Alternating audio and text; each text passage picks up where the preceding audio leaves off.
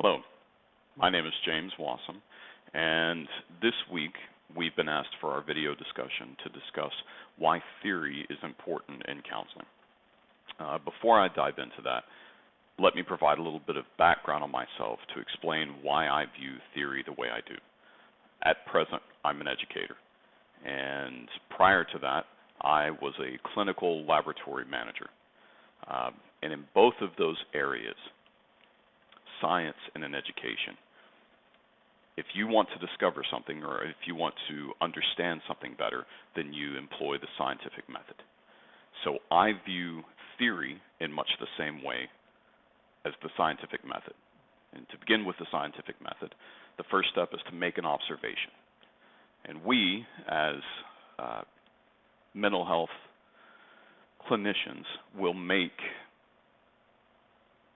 observations about clients that come in. For better or for worse, these observations will be about dress, manner, how they carry themselves, how they speak, how they interact with other people.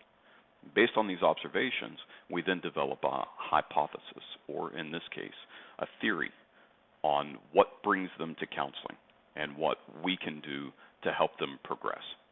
Now, this may take several sessions.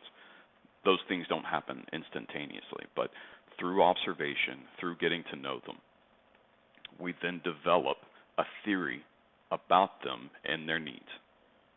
After we develop this theory, we then have to test the hypothesis or the theory. And by that I mean during a counseling session we're going to ask invasive questions. We're going to probe. We're going to try and figure out, get to the bedrock, the basis of what brings them to us, and again, how we can help them. And then the last part of that, the last part of the scientific method, in this case, would be then to employ therapy. And that is the way forward, and that is the way that we're going to help in treatment. And that theory helps base the therapy. And in the text of this, the context of this subject, we're asked to explore theory that is the basis for the different types of therapy, whether it's Gestalt or reality, cognitive, behavioral, whatever the case may be, whatever the clinician or the counselor chooses to use. And it could be a collection of many. They could be an eclectic counselor.